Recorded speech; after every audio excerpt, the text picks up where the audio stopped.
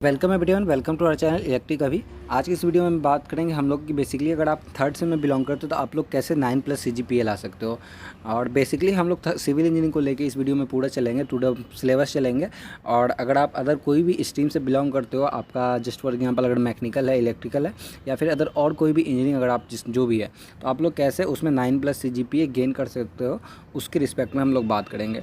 और अगर आप जो भी मैं आप लोगों को यहाँ पे सोर्सेज बताऊंगा वो आप लोगों के लिए हेल्पफुल रहेगा। आप अगर गेट का एग्ज़ाम क्रैक करना चाहते हो या फिर आप ESC का एग्ज़ाम क्रैक करना चाहते हो या फिर आपका अदर और भी जो भी स्टेट जेईई या फिर जो भी सेंट्रल एग्ज़ाम रहते हैं, तो उन सारे को भी आप इजीली क्रैक कर सकते हो।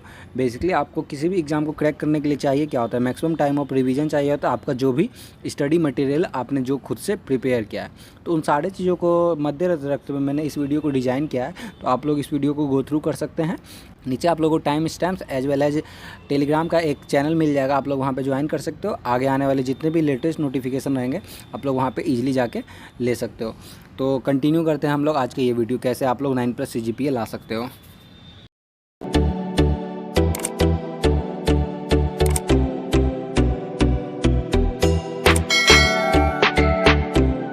अगर आप लोगों को सबसे पहले सिलेबस की रिगार्डिंग अगर जानना है तो उसके लिए मैं एक आई बटन पे एक वीडियो पिन कर दूंगा, तो आप लोग उसे सिलेबस वहाँ से जाकर देख सकते हो। बेसिकली मैं अभी आप लोगों को यहाँ पे सिलेबस पूरा अच्छे ढंग से डील तो नहीं करने वाला हूँ। यहाँ पे आप लोगों को जितने भी पेपर रहते हैं और जो भी इंटर्नशिप, आप इंटर्नशिप को कहाँ से करोगे और जितने भी यहाँ पे पेपर, उन सारे पेपर को किस सोर्सेज से पढ़ोगे, मैं उस चीज़ को बताने वाला हूँ। और ये जो है बेसिकली मैं अभी सिविल इंजीनियरिंग का यहाँ पर सिलेबस खोल के रखा हूँ, तो आप उसके थ्रू ईजिली आप अपने सिलेबस के अकॉर्डिंग आप गो थ्रू कर सकते हो। तो लेट्स स्टार्ट द वीडियो।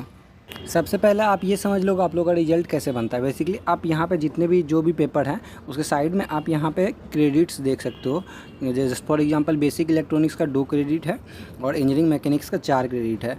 तो जिसका जितना ज़्यादा क्रेडिट होता है उस सब्जेक्ट में अगर कम मार्क्स भी लाते हो तो उसका ज़्यादा परसेंटेज ऐड होता है आपके फाइनल CGPA में, जो कि आपका फाइनल आप लोगों का सेमेस्टर का रिजल्ट रहता है। वो बेसिकली क्रेडिट के हिसाब से आपका रिजल्ट बनाया जाता है। तो आप इस हिसाब से अपना जो भी पेपर है उस पर ज़्यादा अपना जो जितना ज़्यादा क्रेडिट का है आप उस पर उतना ज़्यादा इफेक्ट डाल सकते हो, उतना ज़्यादा आप उसको नंबर ऑफ़ आवर्स उतना ज़्यादा स्टडी कर सकते हो ताकि आपका CGPA जो है वो आपका इंक्रीज हो सके। ओके, तो बेसिकली आप लोग सिविल इंजीनियरिंग में मैं बात करूँ, सबसे फर्स्ट पेपर आपका बेसिक इलेक्ट्रॉनिक्स हो जाता है, जैसा कि आप लोग स्क्रीन पर दिख रहा होगा। Second paper biology for engineers हो जाता है।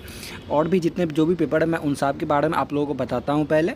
उसके बाद वो उनके जो भी स्टडी मटेरियल होंगे आप लोग कहाँ से पढ़ोगे उन सारे को भी मैं बताता हूँ आप लोगों को। सेकंड, फिर थर्ड आप लोगों को दिख रहा है कैड, और उसके बाद फिर आप लोगों को फोर्थ दिख रहा होगा इंजीनियरिंग मैकेनिक्स सिमिलरली। और फोर्थ पेपर है आप लोगों को सर्वेइंग एंड जियोमेट्रिक्स है, मैथमेटिक्स है, जिसमें 3 यूनिट आप लोगों को बेसिकली पढ़ने होते हैं, प्रोबेबिलिटी, स्टैटिक्स एंड PDE आप लोगों को हो जाता है, पार्शियल डेरिवेटिव इक्वेशन।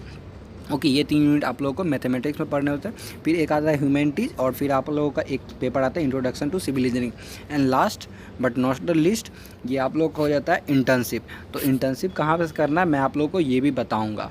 ओके, तो सबसे पहले हम लोग चलते हैं, सबसे फर्स्ट पेपर जो भी हम लोगों का है बेसिक इलेक्ट्रॉनिक्स। तो बेसिक इलेक्ट्रॉनिक्स आप लोग उसके स्टडी मटेरियल कहाँ से पढ़ोगे, और आप लोगों को मैं जो भी स्टडी मटेरियल बता रहा हूँ आप वहाँ से ईजिली गो थ्रू करें, और जितना जो भी वो पढ़ा रहे हैं आप उसका अच्छे ढंग से नोट्स बनाएं और उसे maximum number of time revision करें, और उसी के थ्रू आप अपने CGPA को 9+ CGPA ला सकते हो।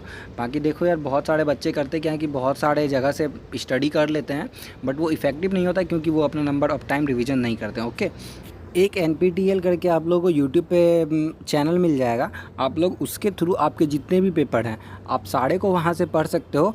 बट ये है कि आप लोगों को मैं और भी ऑप्शंस बताऊंगा जो कि सोर्सेस हैं, आप लोगों को वो भी मैं बताऊंगा जहाँ से आप अच्छे ढंग से इजीली अंडरस्टैंड भी कर सकते हो। NPTEL पे जितने भी लेक्चर्स अवेलेबल हैं वो काफ़ी पुराने हो चुके हैं और वो सारे जो हैं इंग्लिश बेस्ड हैं।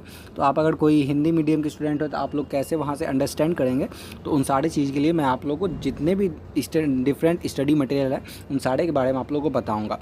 बट बेसिक इलेक्ट्रॉनिक्स के लिए मैं आप लोगों को बोलूँगा NPTEL के थ्रू आप गो थ्रू कर सकते हैं, क्योंकि वहाँ पर आप लोग को अच्छा अंडरस्टैंडिंग के हिसाब से और टू द सिलेबस जो भी होता है एज वेल एज आप लोगों को वो अगर गेट लेवल तक का वो पढ़ा दिया जाएगा वहाँ पे। ठीक है, तो आप एक बार पढ़ के उसे maximum number of time revision कर सकते हो। तो सबसे पहले मैं आप लोगों को यूट्यूब पे लेके चलता हूँ। यूट्यूब पे आके आप जैसे ही NPTEL बेसिक इलेक्ट्रॉनिक्स सर्च करोगे तो आप लोगों को प्रोफेसर TS नाटाराजन का मिल जाएगा आप लोगों को प्लेलिस्ट। आप वहाँ से ईजिली जितने भी इनके लेक्चर है उन सारे को पढ़ के आप अपना नोट्स बना सकते हो और उसे maximum number of time revision कर सकते हो। यहाँ पर आप देख सकते हो इन्होंने काफ़ी अच्छे ढंग से आपके सिलेबस के हिसाब से बताया है। यहाँ पे कुछ स्टार्टिंग में बेसिक इंट्रोडक्शन है, उसके बाद बाकी आप लोगों का जैसे सिलेबस में है डायोड पढ़ना है, एप्लीकेशन ऑफ डायोड, क्या होता है रेक्टिफायर, क्या होता है एम्पलीफायर, क्या होता है ट्रांजिस्टर, PNP ट्रांजिस्टर क्या होता है, बाकी सारे जितने भी टॉपिक है उन सारे को इन्होंने काफ़ी अच्छे ढंग से पढ़ाया, तो आप इजीली इससे गो थ्रू कर सकते हो। नेक्स्ट पेपर फिर आप लोगों का बायोलॉजी फॉर इंजीनियर्स हो जाता है और उसमें भी कुछ कुछ अच्छा खासा मॉड्यूल है। इसमें 8 मॉड्यूल्स आप लोगों को मिल जाएंगे, आप जैसा कि देख पा रहे हो। फर्स्ट मॉड्यूल में इंट्रोडक्शन है, सेकंड मॉड्यूल क्लासिफिकेशन है, थर्ड मॉड्यूल जेनेटिक्स पढ़ना है, फोर्थ मॉड्यूल में बायोमोलिक्यूल्स है, फिफ्थ मॉड्यूल में एंजाइम्स है। इसी प्रकार से और भी आप लोगों को जितने भी हैं मॉड्यूल्स आप लोगों को दिख जाएंगे। जैसा कि आप यहाँ पे देख सकते हो 6 module information transfer, 7th module, 8 module and 9 module, 10th module भी है। तो इस प्रकार से जितने भी इसके सिलेबस है, आप सिलेबस तो देख ही सकते हो, बट आप पढ़ोगे कहाँ से, फिर मैं इसके लिए भी आप लोगों को मैं NPTEL ही रेफ़र करूँगा, क्योंकि उसका कंटेंट टू द सिलेबस रहता है। और आप लोग बस वही है कि इंग्लिश में है, तो आप लोग वहाँ से पढ़ सकते हो अच्छे ढंग से। जो समझ में ना आए आप उसे अपने टीचर के हेल्प से आप उसे अंडरस्टैंड कर सकते हो। तो ये बेसिकली आप लोगों को सोर्सेज मैं अभी दिखा देता हूँ यूट्यूब पे। जैसा कि आप देख सकते हो यहाँ पे एक सर और मैम आप लोगों को मिलकर पढ़ाने वाले हैं। तो और टू द सिलेबस आप लोगों को सारा कुछ यहाँ पे मिल जाएगा। इंट्रोडक्शन में यही सब आता है, सेल्स वगैरह, और फिर यहाँ पे आपको सेकंड मॉड्यूल आप लोगों को दिख रहा है बायोमोलिक्यूल्स। तो इसी प्रकार से एंजाइम्स भी आप लोगों का है। तो जितने भी आपके यहाँ पे टॉपिक हैं वो सारे टू द सिलेबस आप लोगों को यहाँ पे मिल जाएंगे। तो आप लोग ईजिली इससे गो थ्रू कर सकते हो। बाकी मैं आप लोगों को और एक सोर्स बताता हूँ जो कि हिंदी मीडियम में है, आप लोग उससे भी अच्छे ढंग से समझ के आप अपना नोट्स प्रिपेयर कर सकते हो। अभी हिंदी वाले स्टूडेंट आप डिपटेक एकेडमी से पढ़ सकते हो, बायोलॉजी फॉर इंजीनियर। इन्होंने भी काफ़ी अच्छे ढंग से पढ़ाया है सारे टॉपिक को। ओके, तो ये हो गया आप लोगों का बायोलॉजी फॉर इंजीनियर्स के लिए। नेक्स्ट पेपर आप लोग हो जाता है computer aided civil engineering drawing. तो इसके जितने भी मॉड्यूल हैं इसमें बेसिकली कुछ खास है नहीं, आप लोगों को नॉर्मल से यूनिट से 5 यूनिट है। तो आप इसे कॉलेज के टीचर जो भी आप लोगों को पढ़ा रहे हैं आप वहाँ से पढ़ सकते हो, और जो भी क्वेश्चन बैंक के क्वेश्चन है आप उससे ईजिली इसको कवर कर सकते हो। और ये आपका ज़्यादा क्रेडिट का भी नहीं है, 2 या 3 क्रेडिट का है आई थिंक। आप उसे सिलेबस दे के क्लियर कर सकते हो। तो आप इसे वही बेटर होगा कि आप अपने कॉलेज के टीचर से पढ़ लो, और इसमें जितना भी कंटेंट मिल रहा है आप उसे ईजिली, ये बेसिकली आप लोगों को एक ओवरव्यू ले लेना है इसका अच्छे ढंग से, ताकि वो आप लोगों को आगे जितने भी ड्राइंग्स वगैरह रहेंगे आप लोगों के अगले सेमेस्टर में, जस्ट फॉर एग्जाम्पल आप लोगों को 4th सेम में फिर पढ़ना पड़ेगा, फ्लूइड मैकेनिक्स पढ़ना है। तो उसमें क्या आप लोगों को कौन सा प्लान दिखाया जा रहा है, क्या वो एलिवेशन है, क्या वो साइड व्यू है, तो वो आप लोगों को उसके हिसाब से इमेजिन करना पड़ता है। तो इन सारे चीज़ को आप ध्यान रख के आप इसे एक बेसिक ओवरव्यू के हिसाब से आप इसे गो थ्रू कर सकते हो। ओके, फिर इसके बाद हम लोग अब नेक्स्ट पेपर देखते हैं वो क्या है। नेक्स्ट पेपर आप लोग देख सकते हो इंजीनियरिंग मैकेनिक्स, जो कि आप लोगों का ये मोस्ट इम्पॉर्टेंट सब्जेक्ट है। गेट पॉइंट ऑफ व्यू से ये आप लोगों का उतना इम्पॉर्टेंट नहीं है, बट ये आपके सेमेस्टर पॉइंट ऑफ व्यू से काफ़ी इंपॉर्टेंट है, क्योंकि आप देख सकते हो यहाँ पे ये गेन करता है 4 क्रेडिट। तो आपको इसको अच्छे ढंग से पढ़ना है, और इसके लिए सबसे बेटर सोर्स होगा आपके लिए गेट एकेडमी, जहाँ पे कि आप लोगों को खोमेश साहू सर काफ़ी अच्छे ढंग से टू द सिलेबस पढ़ाए हुए हैं सारे कुछ को। तो आप उनसे पढ़ सकते हो। मैं आप लोगों को यूट्यूब पर भी दिखा देता हूँ। यहाँ पर बाकी मॉड्यूल आप देख सकते हो। मॉड्यूल फर्स्ट में इंट्रोडक्शन बेसिकली है, फिर आप लोगों को यहाँ पे बहुत सारे मॉड्यूल हैं, virtual work and energy method, centroid and centre of gravity, review of particle dynamics, introduction to kinetics, rigid body, mechanical vibration.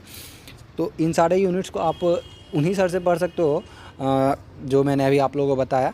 तो मैं भी आप लोगों को यूट्यूब पे वो दिखा देता हूँ सर के बारे में, जैसा कि आप लोगों को दिख रहा है। आप यूट्यूब पे इजीली सर्च करके, बाकी मैं अभी जितने भी यहाँ पे आप लोगों को लिंक वगैरह दिखा रहा हूँ वो सारे नीचे मेंशन रहेंगे, आप लोग वहाँ से इजीली गो थ्रू कर सकते हो। तो आप इनसे अच्छे ढंग से अपने टू द सिलेबस सारे टॉपिक को कवर कर सकते हो। तो यहाँ पे देख सकते हो मैंने भी इन्हीं से पढ़ा था है, इसलिए आप यहाँ पे देख सकते हो सारे वीडियो मैंने इनके देख डाले थे। तो आप लोग यहाँ से देख के ईजिली जितने भी क्वेश्चन आते हैं एग्जाम में जो भी रहते हैं आप उसे अच्छे ढंग से सॉल्व कर सकते हो। और 4 क्रेडिट का है, तो आप इसमें अच्छा खासा मार्क्स ला के आप अपना परसेंटेज भी अच्छा खासा CGPA भी आप ला सकते हो। नेक्स्ट पेपर फिर आप लोगों का सर्वेइंग एंड जियोमेट्रिक्स हो जाता है। तो आप इसके लिए भी गेट एकेडमी से गो थ्रू कर सकते हो। और सिविल इंजीनियरिंग के लिए सर्वेइंग पेपर आप लोगों के लिए काफ़ी फ़ायदेमंद रहेगा, आप इसे अच्छे ढंग से पढ़ो। और आप इसे अच्छे ढंग से पढ़ो ताकि आप लोगों को गेट में भी ये काम आने वाला है। आप जितने भी सिविल इंजीनियरिंग का अगर जो भी स्टूडेंट है उन्हें आप ये ईएससी में भी काम आने वाला है। आप अदर जितने भी स्टेट एई जेई जो भी एग्ज़ाम देने वाले हो उसमें ये काफ़ी अच्छा परसेंटेज गेन करता है। जस्ट फॉर एग्जाम्पल अगर मैं एसएससी जेई का बात करूँ तो वहाँ पे आप लोगों को ऑन एन एवरेज हर एक ईयर 10 क्वेश्चन सर्वेइंग से देखने को मिल जाएंगे। तो आप इसे गेट एकेडमी से इजीली गो थ्रू कर सकते हैं। यहाँ पे दिख रहा है मैंने एक प्लेलिस्ट आप लोगों के लिए निकाला है गेट एकेडमी का, तो आप लोग इसी के थ्रू गो थ्रू कर सकते हैं। यहाँ पे जितने भी इनके वीडियो हैं आप अच्छे से देख डालो, और ये हिंदी में ही है, इंग्लिश में उतना कुछ खास है नहीं। बाकी नोट्स आप अच्छे ढंग से बना लो और उसी को मैक्सिमम नंबर ऑफ टाइम जब आप रिविजन कर लोगे वो आपके लिए कंपटीशन के लिए भी आप लोगों के लिए अच्छे ढंग से प्रिपेयर हो जाएगा। और सेमेस्टर एग्जाम के लिए तो आप टेंशन ही मत लो। अगर आप गेट और एनपीटीईएल से अगर आप पढ़ रहे हो तो आप लोगों का सेमेस्टर एग्जाम के लिए भी वो काफ़ी अच्छे ढंग से कवर अप हो जाता है, एज वेल एज आपका ईएससी तक का वो कवर अप हो जाता है। देखो यार, अगर आप लोग एसएससी जेई के पॉइंट ऑफ व्यू से बताऊं, एसएससी जेई का पॉइंट ऑफ व्यू मतलब दैट मीन्स एसएससी जेई में आप जो भी पढ़ रहे हो वहाँ पे उतना कुछ खास हायर लेवल का क्वेश्चन नहीं रहता है। बट वहीं अगर गेट का मैं बात करूँ तो गेट में आप लोगों को एप्लीकेशन मिलेगा, बहुत सारा न्यूमेरिकल मिलेगा, तो वो थोड़ा बहुत डिफरेंस हो जाता है। अगर आप किसी भी एग्ज़ाम को लेके चल रहे हो तो सिर्फ आप उसका अगर पीवाईक्यू अच्छे ढंग से सॉल्व कर लेते हो और उसके पैटर्न को पकड़ के अगर आप 1 से 1.5 मंथ तैयारी कर लेते हो तो आप वो आपका अच्छे ढंग से क्रैक हो जाएगा। बट आपका जितने भी पेपर हैं, जितने भी सिविल इंजीनियरिंग के पेपर होते हैं, surveying, fluid mechanics, hydraulics, RCC, irrigation और अदर जितने भी पेपर हैं, और उन सब पे आपका अच्छे ढंग से कमांड है, तो सिर्फ लास्टली आप लोगों को क्या चाहिए, रिवीजन चाहिए होता है और आप लोगों को एक्यूरेसी चाहिए होता है। तो इन दोनों के साथ आप लोग अपना किसी भी एग्ज़ाम को अच्छे ढंग से क्रैक कर सकते हो, चाहे वहाँ पे आपके लिए 1 ही सीट हो या फिर 2 सीट हो। ओके, नेक्स्ट पेपर फिर आप लोगों का मैथमेटिक्स हो जाता है, जिसमें बेसिकली 3 यूनिट ही हैं आप लोगों को। सबसे फर्स्ट यूनिट पीडी हो जाता है, सेकेंड यूनिट स्टैटिक्स हो जाता है, थर्ड यूनिट प्रोबेबिलिटी हो जाता है। तो और ये 2 क्रेडिट का रहता है। बट आप लोगों को मैथमेटिक्स काफ़ी इंपॉर्टेंट हो जाएगा, क्योंकि आप आगे जैसे ही बढ़ते हो, फ्लूइड मैकेनिक्स ले लो, आप आरसीसी ले लो या फिर आप सोम ले लो, और अदर जितने भी बहुत सारे पेपर होते हैं सिविल इंजीनियरिंग में, तो उन सारे में आप लोगों को मैथमेटिक्स से काफ़ी एप्लीकेशन होने वाला है। इंटीग्रेशन, बेसिक इंटीग्रेशन आप लोगों को आना चाहिए। यहाँ पे जितने भी आप लोगों को पढ़ाए जा रहे हैं उन सारे का एप्लीकेशन आप लोगों के आगे आने वाले सेमेस्टर में होने जाने आ रहा है। और आप आगे जो भी एग्ज़ाम देने वाले हो, जस्ट फॉर एग्जाम्पल गेट का देने जा रहे हो, तो गेट में भी एप्टीट्यूड नाम का एक पेपर होता है, जिसमें कि वहाँ पे भी आप लोग को इंटीग्रेशन, डिफरेंशिएशन, तो इन सारे कुछ का अच्छा एप्लीकेशन आप लोग को वहाँ पे देखने को मिलेगा। और वहाँ से भी आप लोग को अच्छा अमाउंट में मार्क्स वहाँ पे आता है, जिससे कि आप क्वेश्चन वहाँ पे अटेम्प्ट करोगे और वहाँ से अपना मार्क्स गेन कर पाओगे। ठीक है, मैं इसके लिए आप लोगों को स्टडी सोर्स बताता हूँ आप लोग कैसे वहाँ से पढ़ोगे। तो यूट्यूब पे आप लोगों को MKS ट्यूटोरियल के नाम से एक प्लेलिस्ट मिल जाएगा, जो कि इन्होंने पीडी का फर्स्ट यूनिट है बेसिकली। बाकी आपका स्टैटिक्स एंड प्रोबेबिलिटी वो आप किसी भी चैनल से आप पढ़ सकते हो, आप उसे गो थ्रू कर लेना। ये अगर आप लोग को नहीं मिले तो NPTEL लास्ट ऑप्शन है ही। NPTEL में जितने भी आप लोगों को सेमेस्टर में जितने भी पेपर मिलते हैं तो वो NPTEL पहले से ही पढ़ा के रखा हुआ है, तो आप वहाँ से ईजिली पढ़ सकते हो। बट प्रॉब्लम वही हो जाता है स्टूडेंट के साथ कि वहाँ पर इंग्लिश में पढ़ाया रहता है, बहुत सारे स्टूडेंट होते हैं हिंदी मीडियम के, तो उन्हें वहाँ पे थोड़ा बहुत लॉजिक सही ढंग से नहीं बैठ पाता है या फिर उन्हें समझ में नहीं आता है। तो आप इससे गो थ्रू कर सकते हो। ओके, देख सकते हो यहाँ पे मैंने भी इन्हीं का पढ़ा था। तो फिर नेक्स्ट पेपर आप लोग होता है इफेक्टिव टेक्निकल कम्युनिकेशन का पेपर हो जाता है, और ये जो है 3 क्रेडिट कैरी करता है। तो मैं आप लोगों के इसके लिए सबसे बेस्ट सोर्स बताने वाला हूँ, जो कि आप लोगों का 4th सेम का जो सेमेस्टर है उसमें एक पेपर आप लोगों को मिलेगा ह्यूमैनिटीज़ करके, और उसी से आप लोगों को इंटर्नशिप भी करना है। तो आप अगर उसके स्टडी मटेरियल को अभी पढ़ लेते हो तो वो आपके लिए यहाँ पे भी इफ़ेक्टिव रहेगा, 4th सेम में भी इफ़ेक्टिव रहेगा। तो आप वहाँ से पढ़ो, और वहाँ से आप 4th सेमेस्टर में आप लोगों जो इंटर्नशिप है वहाँ पे आई थिंक आप वहाँ पे 75% प्लस ईजिली स्कोर कर सकते हो। और यहाँ पे भी आप उस पेपर को पढ़ के अच्छे ढंग से नोट्स बना के अच्छे ढंग से रिवीजन करके आप यहाँ पे भी अच्छा खासा नंबर गेन कर सकते हो। तो अब चलते हैं, सबसे पहले वो भी NPTEL का ही सोर्स है, और चलते हैं हम लोग। अब YouTube पे आके developing soft skill and personality development जब आप सर्च करोगे तो ये आप लोगों को इनका एक प्लेलिस्ट पूरा मिल जाएगा, और इनका जो भी है आप अच्छे ढंग से देखो, इनका जितना भी है सारा कुछ कंटेंट, और अच्छे ढंग से इसका नोट्स बनाओ। और जब आप जाके सिलेबस से अपना मैच करोगे, आपका 3rd सेम का जो भी सिलेबस है और 4th सेम का जो भी सिलेबस है, 4th सेम के सिलेबस के हिसाब से इन्होंने तो काफ़ी अच्छे ढंग से अपना टू द पॉइंट पढ़ाया है, बट 3rd सेम के हिसाब से आप लोगों को कुछ पॉइंट यहाँ पर मिल जाएगा, और वही सारा कुछ आप लोगों को एग्ज़ाम में भी देखने को मिलेगा, जिसे आप एग्जीक्यूट कर सकते हो। तो जैसा कि आप देख सकते हो मैंने इनका सारा लेक्चर देख डाला था, और ये काफ़ी इफ़ेक्टिव लेक्चर है, इनके जितने भी लेक्चर हैं, तो आप यहाँ से ईजिली गो थ्रू कर सकते हो। ओके, अब लास्ट हम लोगों का सबसे मोस्ट इम्पॉर्टेंट हो जाता है जो कि 4 क्रेडिट कैरी करता है, वो है इंटर्नशिप। आप इंटर्नशिप कहाँ से करोगे? देखो यार, आप इंटर्नशिप जो है ऑफलाइन भी कर सकते हो, आप इंटर्नशिप ऑनलाइन भी कर सकते हो। वो डिपेंड करता है कि आप किस चीज़ पे इंटर्नशिप करना चाहते हो।